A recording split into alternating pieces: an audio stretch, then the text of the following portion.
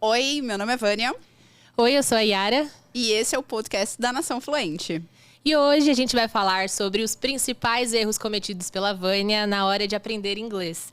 Então, Vânia, por muito tempo você passou aí buscando aprender, fazendo vários cursos e sem resultado. Então, a pergunta é: quais foram aí os principais erros que você teve nessa jornada? A gente vai bater um papo legal hoje com relação a essa questão dos erros. Eu quis muito trazer essa temática, Yara, porque muitas vezes, quando a gente está estudando inglês e a gente comete erros e não tem resultado, e eu não estou falando de erro, eu errei a conjugação do verbo, eu errei a pronúncia. Eu não estou falando desse tipo de erro, estou falando de erros mais significativos, que a gente fala, puta, eu estudei e não consigo a fluência. Eu quis trazer essa temática justamente para que as pessoas percebam que não é só ela que não acontece só com ela. Muitas vezes alguns alunos comentam assim, eu achei que era só eu. Eu tô agora mais tranquilo porque eu tô... ela se sente incluída assim, tem mais gente que passa pelo que eu estou passando, né? Uhum. Então, essa identificação das pessoas... através das histórias que a gente vai trazer hoje, das minhas histórias pessoais que a gente vai trazer hoje dos nossos erros, que elas se identifiquem e falam, putz, eu também passei por isso, eu também cometo isso. Para entender que é normal, não é legal, mas é normal, faz parte. E aí depois a gente, nos próximos episódios aí, também vai trazer a cura para os problemas, né? Hoje a gente vai focar mais nessa questão de trazer quais são os erros comuns que as pessoas cometem aí na jornada de ficar anos estudando, enxugando gelo e não saindo do lugar. E é interessante que você trabalha com vários alunos, então você tem esse feedback e sabe que realmente são os erros mais comuns, que as pessoas acabam passando por isso. Então é interessante que a gente fale sobre isso e principalmente como superar. Então, para você, qual que foi o maior desafio, né, nesse processo de aprendizado? Quando eu estava estudando inglês, por vários anos...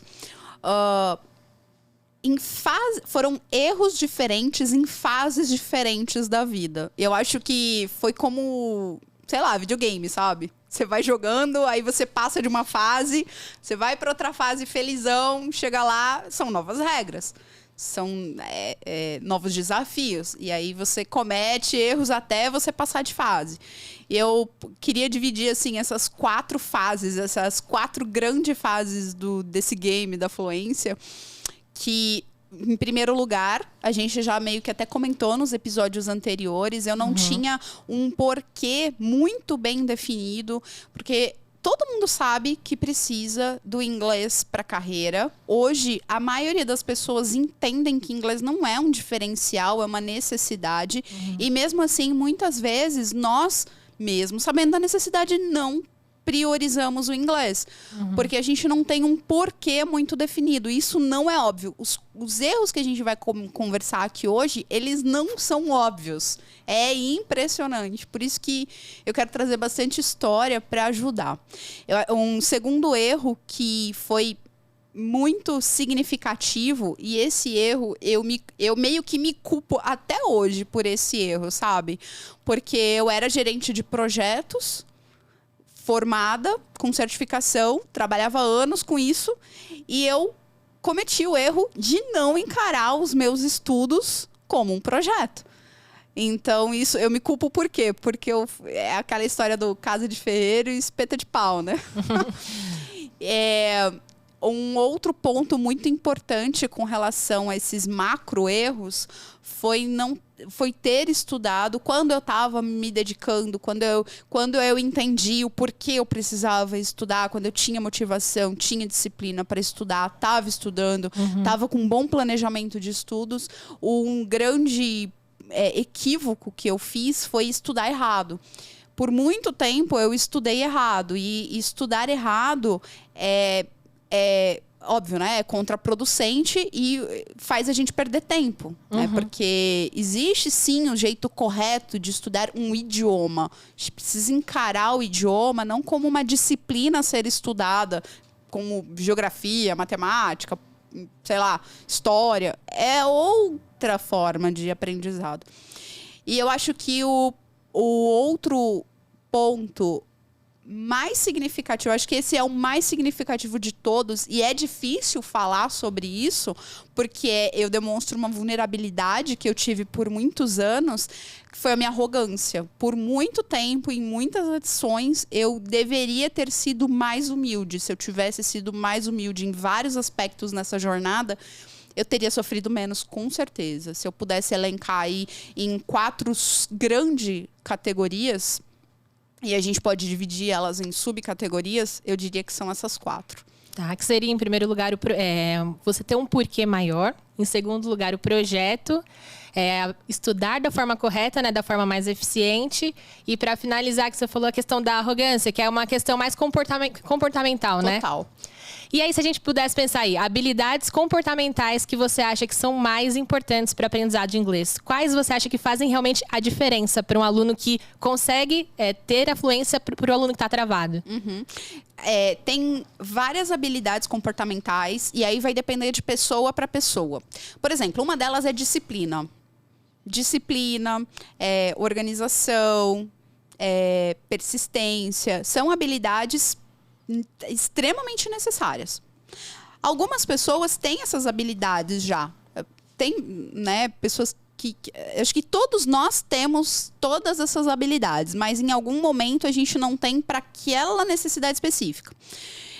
Além dessas que são habilidades de organização, que fazem com que a pessoa tenha um estudo mais eficiente, tem as habilidades comportamentais que são mais mentais. Quando a gente fala quando eu falo, né, que me faltou muita humildade em vários momentos ao longo da minha jornada de estudos do inglês, por exemplo, querer ser melhor do que outras pessoas. E é engraçado o que eu falei no começo, é difícil perceber isso, não tá óbvio. Né? Olhando no retrovisor, eu sempre falo, olhando no retrovisor agora para trás, fica fácil. Conectar todos os pontos e entender tudo isso. Mas não era. Então, essa coisa de querer falar tão perfeitamente, não quero errar, não vou falar se não for para errar. E se a pessoa falar e eu não entender e eu ficar nervoso? Então, tudo isso está muito relacionado com julgamento. O medo do julgamento, né? O medo do julgamento, o medo do que as pessoas vão pensar de mim se eu errar, o medo do que as pessoas vão pensar de mim se eu não conseguir falar. E no final do dia, por que eu falo que isso tinha a ver com a minha arrogância?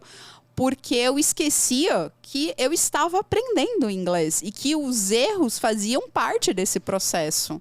Né? Por que alecrim dourado, Vaninha lindinha, por que você não pode errar? Todo mundo que está aprendendo, todo mundo que está no processo de aprender qualquer coisa na vida, comete erros. Por que você tem que falar só quando você estiver super pronta e perfeita? Por que você precisa dessa necessidade de perfeccionismo? Ai, como doeu assumir isso. E dói falar disso até hoje, porque é vulnerabilidade. Mas se eu não trouxer isso à luz, nossa, tem um monte de história que dá pra lembrar de cada um desses percalços, assim, sabe? Se eu não trouxer isso à luz, talvez não traga clareza e consciência para as pessoas de que isso faz parte do processo e que o mais importante dá para mudar, dá para colocar as sandálias da humildade e falar, não, beleza, eu tô me identificando com essa parada aí, eu sou meio assim, não tô gostando muito de assumir, não, assumir só para você, né?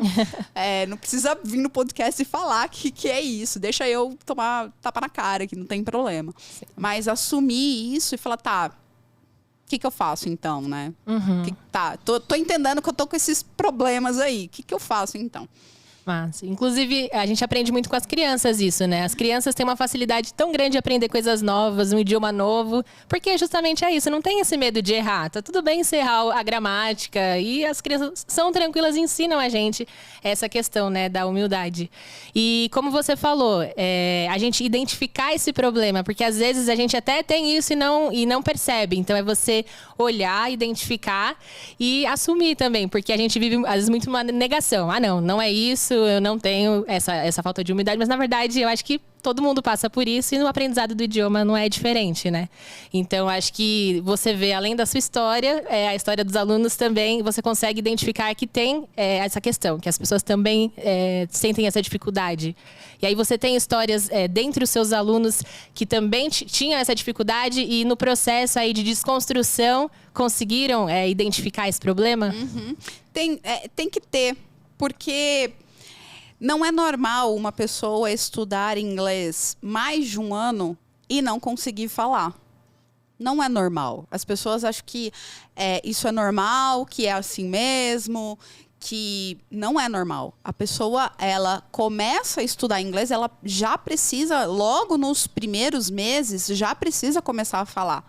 Óbvio que ela vai falar com uma proficiência básica, com vocabulário mais básico, e não tem nada de errado com proficiência básica. O importante é se fazer entender dentro do contexto. À medida que a pessoa vai evoluindo e que ela vai aprendendo novos vocabulários por meio do estudo das 4 habilidades, porque quando eu tiro uma habilidade, é como... Vamos lá. Vou voltar alguns passinhos atrás para falar da questão da habilidade. Imagina uma mesa, como essa aqui. Essa mesa tem 4 pés, né? 4 itens aqui que estão sustentando ela. Isso aqui é a fluência. É a mesma coisa. Isso aqui é a fluência. Cada um desses pés é reading, listening, speaking, writing. Que é ler, escrever, ouvir e falar. Não necessariamente nessa mesma ordem, porque eu já falei tudo na ordem inversa, mas tudo bem. O importante é, se eu tirar qualquer uma dessas pernas aqui, o que vai acontecer com essa mesa? Ela vai acabar cair com o podcast. Vai cair tudo aqui, vai microfone, cair tudo, câmera, não vai tudo. rolar. Então, não tem como sustentar a fluência se eu não tiver a prática igual. E aí, assim, essa mesa tá super nivelada. Ela tá bem nivelada e ela tá... Se algum desses pés aqui fosse menor, a mesa estaria caindo, a mesa estaria... como é que fala? Inclinada. E nem esses garrafas e copos de água estariam aqui na mesa. Já teria caído, já teria acontecido um acidente aqui. É a mesma coisa para fluência. Muitos de nós praticamos muita a leitura, ouvir alguma coisa. E a conversação, a gente deixa de lado. Total. Eu vi uma postagem, a gente fez uma postagem hoje nas redes sociais falando falando exatamente disso. Não adianta só você ler, não adianta só você ficar ouvindo, porque você não vai atingir a fluência, você precisa praticar. É como nadar. Você pode ler um livro sobre como dar as braçadas, como atingir uma melhor performance para nadar. Só que se você não entrar na piscina, você não vai aprender a nadar. E é óbvio que no começo você vai entrar na piscina com uma boia, com auxílio de boias, enfim, professor ali te ajudando. Até que você aprenda a boiar, até que você aprenda a respirar, até que você aprenda a dar braçadas, até que você melhore e evolui. Não tem como aprender a nadar sem beber água. Não tem. Eu me lembro quando eu aprendi a nadar. Eu aprendi a nadar adulta. Foi um caos. Eu odiava ir para aula de natação. Hoje, eu mergulho, eu faço aula de kitesurf, eu faço aula de surf, eu faço mergulho, já falei. Eu vivo na água, assim, eu sou um peixe. Se eu não tivesse passado por aquilo de engolir a água lá no começo, eu não teria... Eu não teria hoje a oportunidade de praticar as coisas que eu gosto de praticar no mar. E o que eu tô querendo... E aí uma pessoa foi na postagem e falou assim, tá bom, mas como praticar? Aí eu respondi, falei, ótima pergunta. Acho que era Luiz o nome dele, não me lembro agora. Eu falei, ótima pergunta. A resposta é praticando. Aí eu acrescentei, falei assim, inclusive tem os nossos meetups, que são conversações que você pode vir, é gratuito, é aberto ao público, que você pode vir praticar. Né? Olha só, todos os meses, olha que interessante.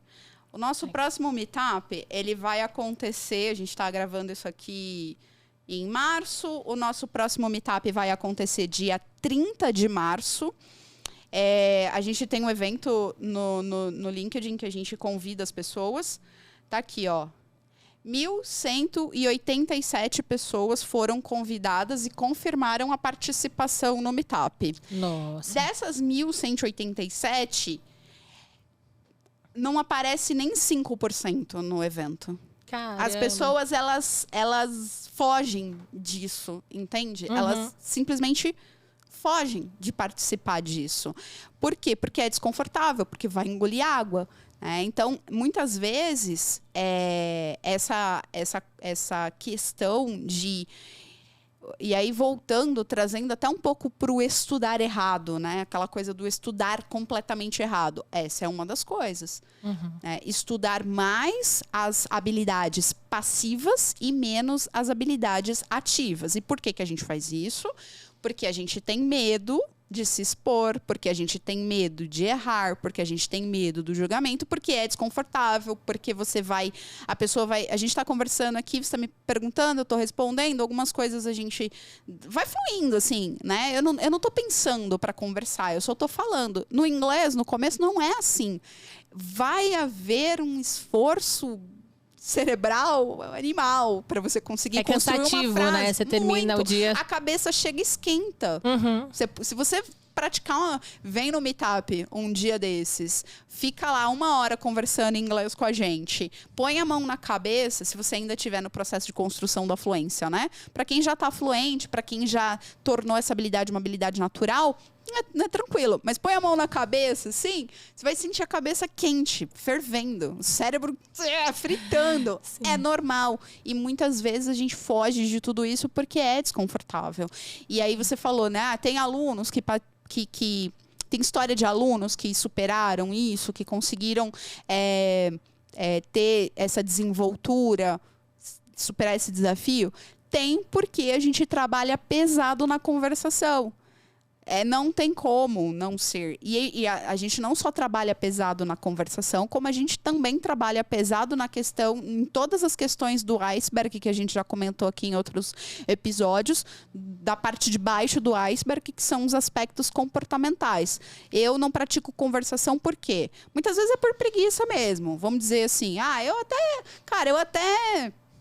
converso, não tenho vergonha. Porque tem isso também. Tem a galera que é sem vergonha na cara, né? Assim, tipo, se eu errar, não tô nem aí. E ótimo. Eu queria que todo mundo fosse assim. Isso é muito bom.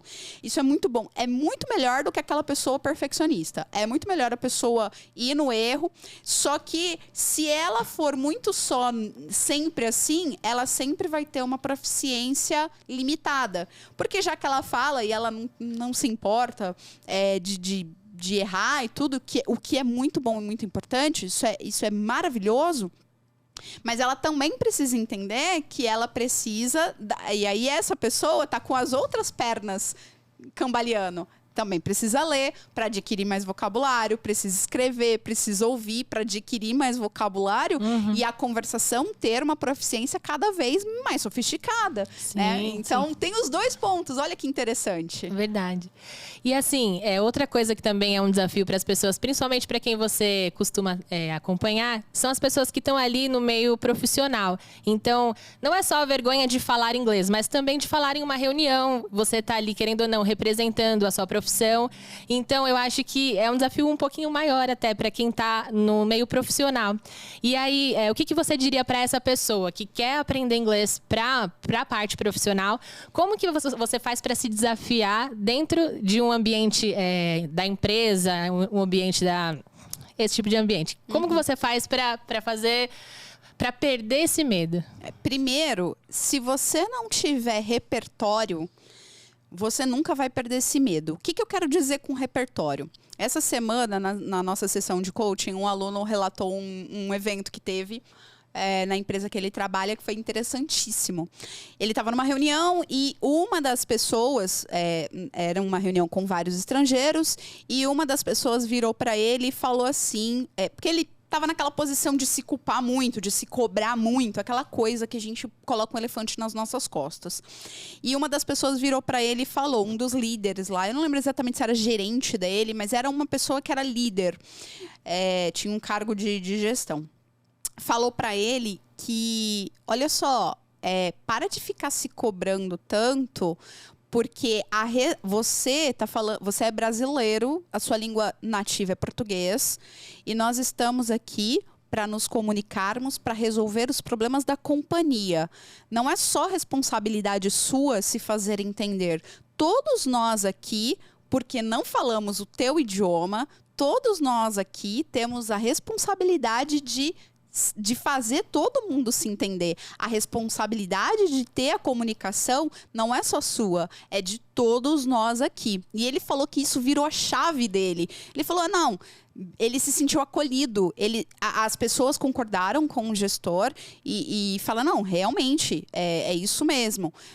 E ele se sentiu acolhido com aquilo. Ele falou que dali para frente aquilo fez com que ele ganhasse mais confiança para ir para as reuniões e falar. E a galera já sabia que ele estava no processo de aprendizagem e a galera estava aberta para isso. Óbvio, partiu do gerente dele, né? Do líder aqui, dali. Não é todo lugar que vai ter uma pessoa que vai ter essa empatia. Não tô aqui na Disneylândia, não tô falando que o mundo é cor-de-rosa, porque não é. O negócio é feio. Só que quando não tem de outra pessoa, tem que partir de nós mesmos. Então, primeiro, repertório. Se ele não tivesse entrado nessas reuniões, se ele não tivesse se arriscado, se ele não tivesse vivenciado aquilo, ele jamais teria tido aquele feedback do gerente e isso jamais teria virado a chave dele. Aquilo foi um divisor de águas para ele. Então, o repertório se você não entrar nas reuniões, se você não se arriscar, se você não se colocar em movimento, nada vai acontecer, nada vai mudar. Aí eu tenho repertórios de que me comprovam de que eu posso errar, eu posso falar, eu posso me desenvolver, eu posso ir para a reunião mesmo com medo. Porque vai dar certo. Implantar essa mentalidade de que vai dar certo. Outra coisa muito importante se não parte de outra pessoa, tem que partir de você. E aí é que eu falo que entra a questão da arrogância, da arrogância que eu tinha e que implantar, ser uma pessoa mais humilde me ajudou a conseguir virar essa chave. Olha só, pessoal, mesmo que eu tô numa reunião em que tá o chefe do chefe do chefe, sabe? Só gente top. Pessoal, olha só. Bota a humildade, né? Fala, gente, eu tô aqui... Decora essa frase. Você pode decorar, porque é um quebra-gelo. Eu tô aqui, eu preciso apresentar os itens do meu projeto. Eu quero pedir para vocês desculpe e paciência, porque eu ainda tô aprendendo inglês e talvez em alguns momentos eu não entenda o que vocês falem, ou talvez em alguns momentos eu tente me expressar e falte o vocabulário, mas eu realmente quero fazer isso aqui, quero dar a apresentação, quero me comunicar da melhor forma possível em inglês. Eu só quero pedir para vocês desculpa antecipadamente se eu cometer algum erro e um feedback, paciência de vocês. Cara, você tem que estar trabalhando numa empresa muito esdrúxula para as pessoas não serem empáticas com você. Aí faz o seguinte, manda currículo para outro lugar, entendeu? Sai desse lugar tóxico, vai cuidar da... Olha, e eu vou dizer para você, eu trabalhei em muitas multinacionais. A maioria das pessoas não é 100%. Né? Mas a grande maioria das pessoas são empáticas quando você se coloca numa posição de... Estou aprendendo, estou aqui enfrentando o meu medo. A gente acaba tendo essa empatia mesmo. Porque muitas vezes a gente está já ocupando um cargo de coordenação e de gestão. No meu caso, eu era gerente de projetos já. Então, na minha cabeça, tinha uma vozinha maldita que ficava falando assim, mas... você é gerente, cara. Você tinha que saber se comunicar. Você é a gerente do projeto. Você tinha que saber... você não podia errar, você não pode errar, você... Entende? Não faz sentido, é um negócio... É bizarro, né? Mas é uma cobrança que a gente se coloca e ela não ajuda, não faz sentido, né? Não ajuda. Eu entendo, eu sei o que as pessoas sentem com relação a isso, eu entendo perfeitamente. Mas esse tipo de comportamento não leva a gente pra fluência. Não leva. Inclusive, a gente até aceita a pessoa que vem de fora pro Brasil. A gente tá tudo bem. O gringo não sabe falar português, a gente tem paciência, a gente entende. E por que o contrário é diferente, né? Por que a gente tem que saber falar super bem gramaticalmente? Então, não faz sentido. É meio que a gente se coloca abaixo, né? Ah, eu preciso saber, mas tudo bem se o outro não souber. E não é assim, tá tudo bem, tá todo mundo aprendendo e é se abrir para isso, né? E ter essa humildade de ambos os lados, né? Ter essa empatia também. Bom, e aí a gente falou sobre humildade, você falou que tem essas quatro bases aí. E quando você começou a organizar o seu planejamento de estudos, como que você fez para organizar da melhor forma para que você conseguisse ter essas 4 bases de uma forma eficiente? O segundo ponto do erro era não ter encarado o inglês como um projeto. Então, eu estava lá gerenciando projetos altamente complexos, com N variáveis, e o projeto mais importante da minha vida, que era a minha fluência no inglês, naquele momento era o projeto mais importante da minha vida, estava sendo tocado de uma maneira intuitiva. Então, a primeira coisa, assim, para resolver esse erro foi entender o que um projeto precisa ter para ele ser bem sucedido. Se isso aqui é um projeto, se a minha fluência no inglês é um projeto, primeiro ter essa percepção que sim, é um projeto. O que eu preciso para que esse projeto seja bem sucedido? É só um plano de estudos? O que eu faço na segunda, o que eu faço na terça, o que eu faço na quarta, o que eu faço na quinta? Não. Porque se fosse só isso, o Google, se você digitar assim, plano semanal de estudo de inglês, aparece um monte de resultado. No nosso site, no nosso blog, a gente fez um artigo. Nossa, esse artigo é um dos... Eu gosto de todos os artigos que estão lá, mas esse artigo é um queridinho. Obrigada. Esse artigo é um queridinho, que é um artigo... É um cronograma completo para sair do 0 ao avançado. E aí a gente fez 3 cronogramas. A gente pegou todo o conteúdo da língua inglesa que precisa ser estudado e dividiu em 3 meses de estudo. Tipo, modo hard. Vou tirar 3 meses aqui da minha vida, entendeu?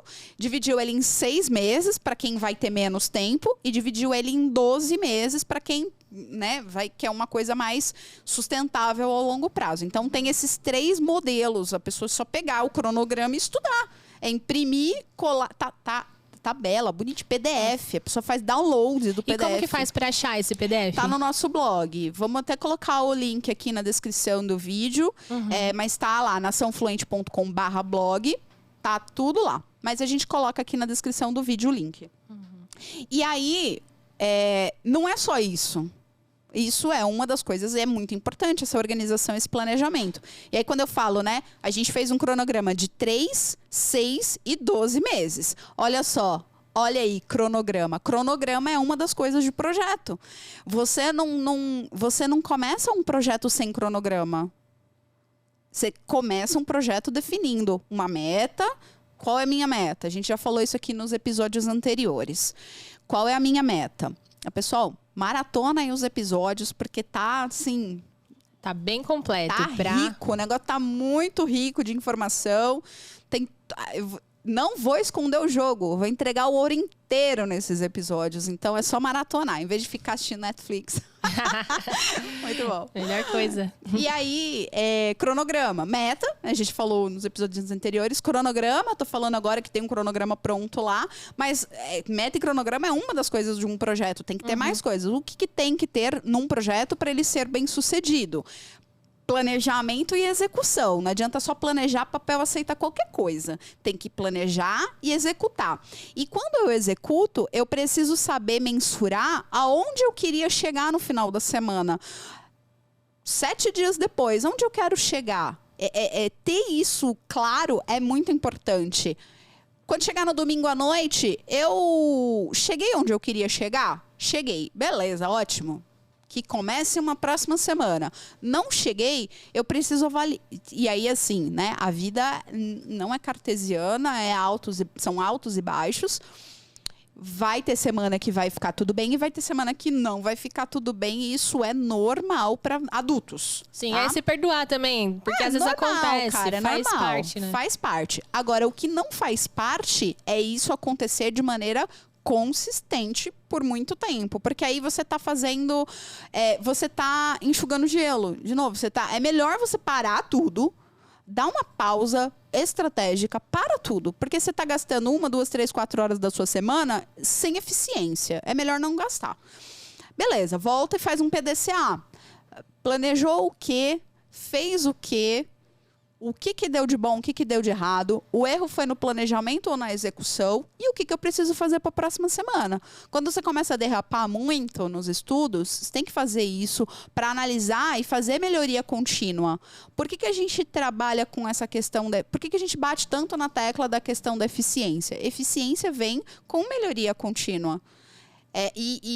Né? É só fazer um plano de estudos? Não é só fazer um plano de estudos. Tem tudo isso para um projeto ser bem sucedido no prazo que ele foi estipulado. E tem várias coisas em gestão de projetos. A gente vai ter muito episódio para falar disso, porque eu amo falar desse assunto. Esse assunto é o que faz o jogo virar. Mas um outro ponto, para a gente finalizar essa pergunta, um outro ponto muito importante em gestão de projetos, né, no projeto da Fluência, é a gestão de riscos.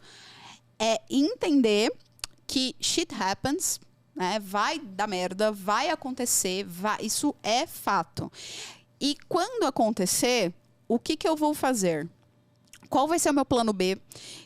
Qual vai ser o plano de contingência para eu retomar os meus estudos, para eu retomar a minha fluência e chegar no meu objetivo no tempo que eu preciso, sabe? Uhum. Então, quando você pergunta o que precisa ter num plano, a grosso modo, é tudo isso. Entendi. Então, se fosse para resumir, assim, basicamente o que eu entendi aqui. A gente tem um projeto grande, eu quero aprender inglês durante 1 ano. Então, vou pegar um projeto grande e vou cortar em pequenos pedaços ali, pequenas metas. E aí, depois, parar, colocar num papel, escrever, né? Acho que isso também é importante para você avaliar, olhar tudo ali.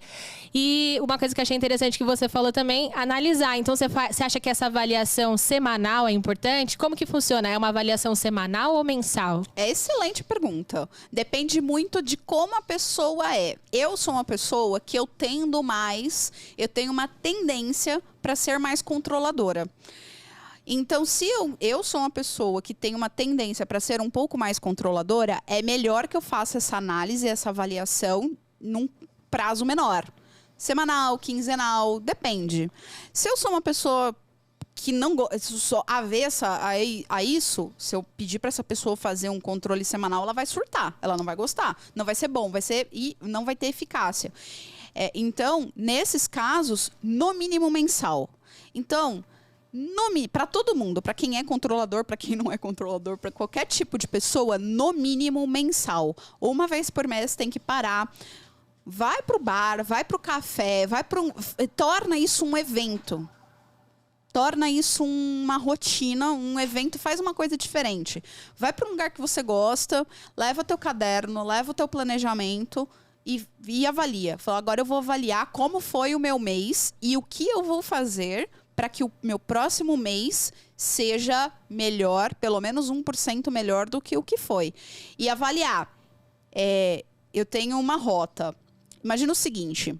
Uma vez eu saí de São Paulo e fui para o Espírito Santo de carro, quando eu me mudei. Olha, não faço... Nossa, você levou tudo de carro?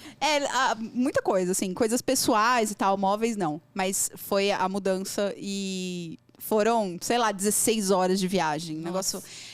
não faço mais, tá? Só fiz essa vez, não faço mais. Quer dizer, se precisar faz, mas enfim. E o ponto era, eu tinha marcos durante a minha viagem. Eu sabia que tal hora eu estaria no Rio de Janeiro. Eu sabia que tal hora eu estaria na cidade X, porque aí eu planejei as minhas paradas. Então, quando eu tinha esse porque eu gosto de planejamento. Quando eu tinha esse planejamento, eu sabia se eu estava dentro ou não do planejamento. Como eu saí de São Paulo no dia 12 de outubro, que foi o feriado, eu peguei todas as estradas. Eu tenho problema. Nossa, muito Sim, eu tenho problema. Eu sou uma pessoa com problema. Não, vou no feriado e aí arrumo as coisas quinta, sexta, sábado, domingo, segunda-feira tá tudo pronto para trabalhar, né? Só que... Mas tudo bem. Então, o meu planejamento, ele não foi tão bem sucedido porque eu não considerei essa variável. No meio do caminho, demorou mais tempo do que era para demorar. As paradas foram mais longas também, porque os lugares estavam cheios, então o atendimento demorava. Então...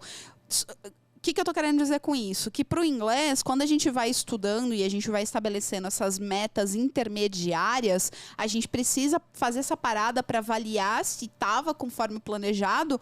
E eu tô falando de uma viagem de 16 horas, é simples resolver ali, não tem muito o que fazer. Mas quando a gente está falando de um projeto como a fluência no inglês, a gente precisa parar e mudar o que tem que mudar, e não deixar as coisas no piloto automático. Por quê? Porque o piloto automático faz com que você não vá tendo resultados e a ausência de resultados vai gerando desmotivação.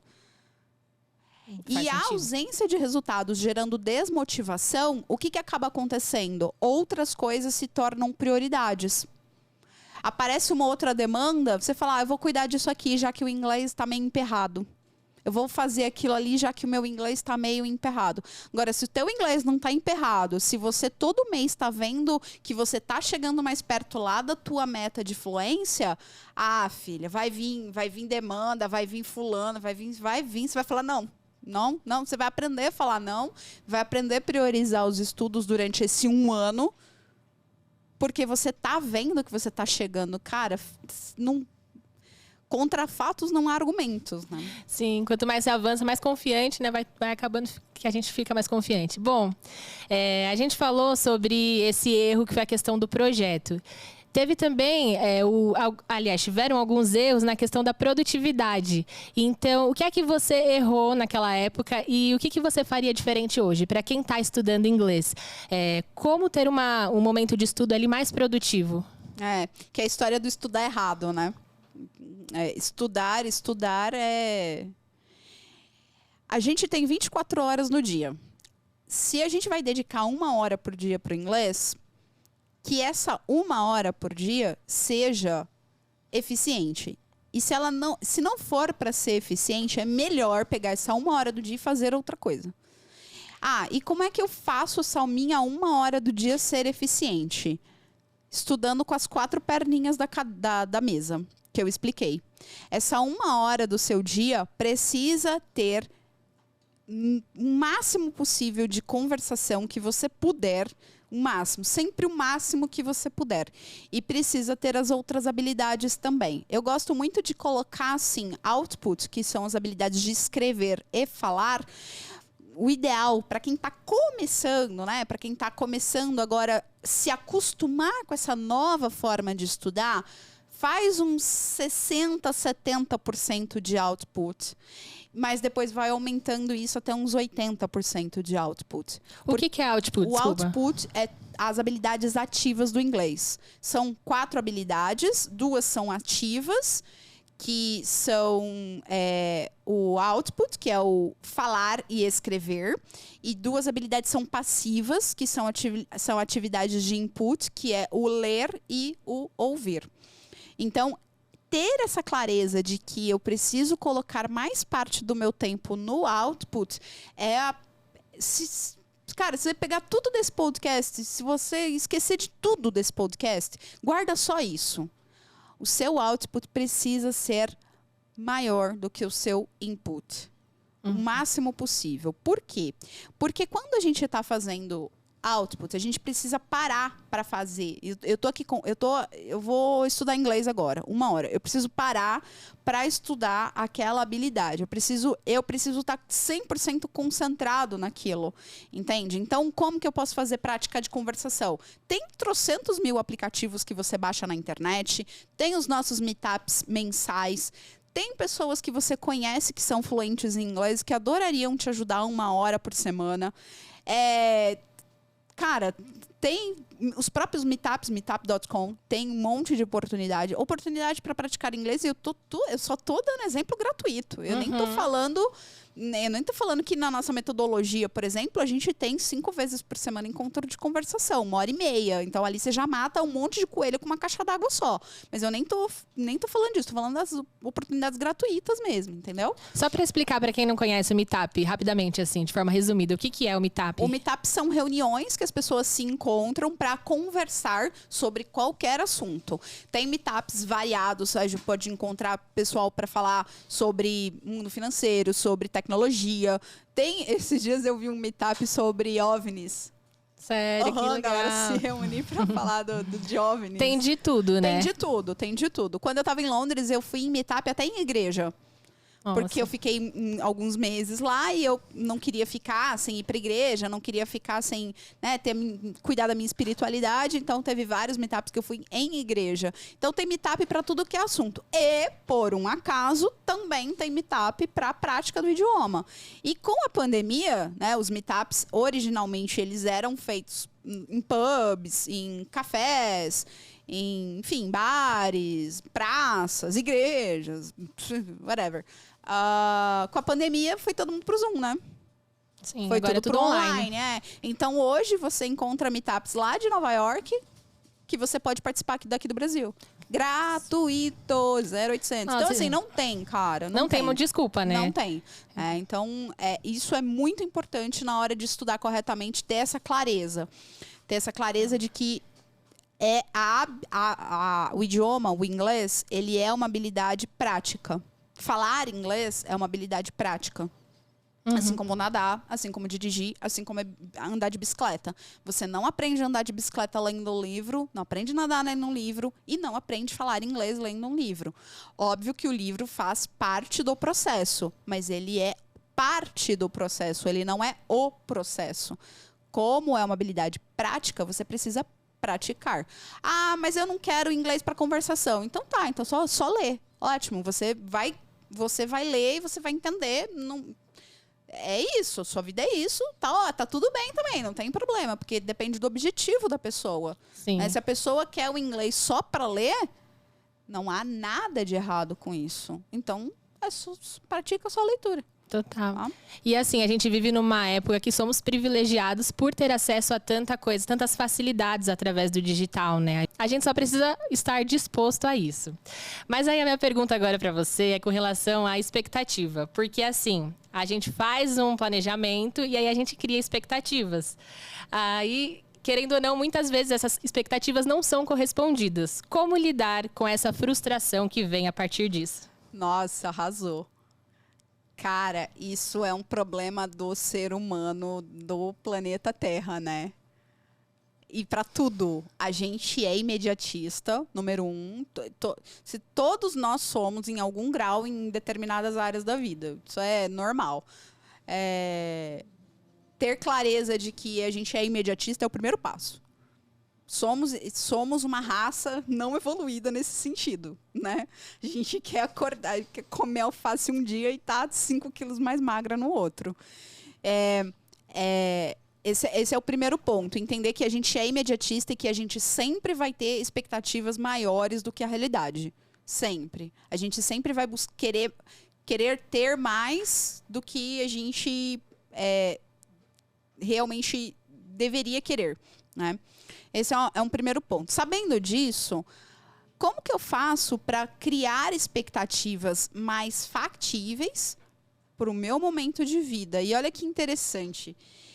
Por que a gente gosta tanto de trabalhar com a individualidade do aluno? Porque cada aluno vai estar, cada pessoa, cada ser humano que está ouvindo a gente vai estar num momento de vida diferente. Esses dias eu atendi uma pessoa que ela estava com uma criança recém-nascida de 3 meses, fazendo MBA, trocando de emprego, ela estava participando, tinha participado de um processo seletivo e ia entrar numa empresa nova e queria começar o inglês. Nossa, muita coisa. É muita coisa. E aí, assim, quem sou eu para falar que a pessoa dá conta ou não? É ela que sabe onde aperta o calo dela, onde tem pessoas que são fora da curva. Quando eu olho, eu fico um pouco preocupada, assim, sabe? A gente conversa com a pessoa, fica atenciosa, fala assim, então, só para eu entender, quantas horas mais ou menos por dia você acredita que você consegue alocar para estudar o inglês diante da tua rotina? Dependendo da resposta que a pessoa dá, eu vou ser muito objetiva com ela. Eu vou falar, ó, não vai rolar. Não vai rolar por quê? Porque a gente trabalha com planejamento para que a pessoa tenha contato com o idioma todos os dias. Isso é importante. Mesmo que seja 15 minutos por dia, ter contato com o idioma todos os dias é importante, faz parte do processo, faz parte da metodologia para trazer o resultado no tempo que a gente precisa. E aí, muitas vezes, a gente é bem honesto com a pessoa e a pessoa... Não, eu vou dar um jeito porque eu preciso disso. Eu realmente preciso. A pessoa precisa mesmo. E ela vai se virar nos 30. E aí, às vezes, vem a pessoa com a expectativa de que eu vou fazer o melhor que der, eu sei que a minha vida tá uma loucura, e a expectativa dela, o que eu fizer tá bom. E às vezes vem a pessoa com a expectativa de... eu vou dar um jeito, não sei da onde, e aí vem aquilo que a gente falou nos episódios anteriores, né? A semana tem 168 horas. Quanto é que você vai colocar para o inglês dessas 168 horas? Quanto é possível colocar para o inglês? Porque às vezes não é possível colocar 1 hora por dia, a pessoa quer colocar, mas quando ela coloca na planilha, cadê? Que hora que eu vou fazer? Vou ter que dormir 1 hora menos. E se é possível dormir 1 hora menos. Então, isso é importante alinhar. As expectativas, elas são importantes alinhar com planejamento. Colocar no papel. Não é no pensamento, no que ela acha, no que ela supõe, é no papel. Tá, expectativa de tempo que eu tenho para alocar para os meus estudos, expectativa do que eu estou disposta para fazer, expectativa do que aquilo faz sentido para minha vida no momento que eu tô. E quando eu falo expectativa do que eu estou disposta a fazer, por exemplo, eu já falei, né? A pessoa vai precisar praticar a conversação. E às vezes a pessoa vem e ela não está disposta a passar pelo processo da dor, que é muito rápido. Vou ficar... Quanto tempo eu vou ficar sofrendo? Se você vier com o coração aberto, 1, 2 vezes que você praticar da conversação, a dor passa. É muito rápido. Porque a metodologia ela é desenvolvida para isso, né? É muito rápido. Vai 1, 2 vezes, vai doer. Na terceira já dói menos, aí vai doendo cada vez menos até o ponto de que não dói mais. Caramba, que interessante. Então, a partir da 2ª, 3ª vez, a pessoa já está conseguindo, mesmo que errando, que está tudo bem, consegue desenvolver um pouco mais. Ela muda a percepção de encarar o erro, ela começa a entender o erro, ela começa a ver o erro de uma forma diferente. Aí, então, aquela dor que tinha na forma como... Eu sempre falo, não são as coisas, é a forma como eu vejo as coisas. Eu gosto muito dessa frase. Então, não é o que está acontecendo, é a forma como eu estou vendo o que está acontecendo. Ela tá no zero conversação. Aí ela tá vendo as coisas de uma forma. Porque isso, porque eu vou errar, porque vai acontecer isso, porque vai ser ruim, isso que... Ela vem na conversação. Lembra que eu falei no começo de repertório? Aí, quando ela vem na conversação, qual é o repertório dela? Da forma como a gente desenvolve o processo, o repertório dela é: eu consegui falar, apesar de travar. As pessoas que falaram comigo também estão aprendendo, me ajudaram, foram empáticas. O professor fez eu me sentir acolhido, me mostrou que tem um caminho. Eu venho na 2ª, aquilo que eu tinha sentido na primeira reforça novamente, e aí, quando eu venho na 2ª, eu conheço pessoas que estão vindo pela primeira vez e que estavam exatamente como eu estava. E aí eu viro e falo para essa pessoa: olha, fica tranquilo, a minha primeira vez também foi muito ruim, mas eu tô aqui da 2ª vez e vai ficar tudo bem. Aí a pessoa se sente, cara, verdade. Aí na 3ª em diante... Só vai, dá tudo certo. Então é por isso que é uma engrenagem, entende? É por isso que essa engrenagem ela é tão importante. metodologia. Não é feitiçaria, é metodologia. Eu sempre falo isso. Não é mágica, é método. Entendi. Uma última dúvida que eu fiquei, você falou das 4 habilidades, então todos os dias eu preciso praticar um pouco das 4 habilidades ou eu posso um dia praticar 2 habilidades, no outro praticar 2 habilidades? Como funciona isso? É obrigatório todos os dias praticar as 4? Olha, eu na verdade eu até esqueci de mencionar isso na tua pergunta. Que bom que você resgatou isso, porque eu falei... Para praticar conversação, você precisa parar, necessariamente, né? Tá, mas e as outras 4? Como é que ficam, né? Porque o que eu vou fazer? Hoje eu estudo listening. Foca em praticar naquela 1 hora por dia o output, a escrita e a conversação. E no restante do dia, você coloca o reading e o listening. Porque você pode, por exemplo... lavar a louça fazendo um listening. Você pode se deslocar para o trabalho fazendo um listening. Você pode, ao invés de ler as notícias do que está acontecendo e se atualizar em português, você pode fazer coisas que você já faz naturalmente no seu dia, sem acrescentar mais atividades, só que você faz em português, você vai passar a fazer em inglês. Então, você não precisa se preocupar de passar o dia inteiro. Agora eu vou estudar 1 hora de conversação e depois 1 hora de listening e reading. Não precisa. Aí é que vem a eficiência. Você passa ao longo do seu dia tendo contato com o inglês, lendo notícias, ouvindo podcasts, assistindo vídeos do YouTube, assistindo filmes e séries em inglês, ouvindo rádios internacionais, ao invés de ouvir rádio nacional, ouve rádios internacionais. E tem uma série de outras milhares de coisas que a gente pode fazer para conquistar isso. Recentemente, a gente fez um post de 48 coisas que a gente pode fazer para dar um salto no inglês em 2022. São 48 passos que englobam as 4 habilidades, Yara. Quem quiser esse post, tá fácil de conseguir.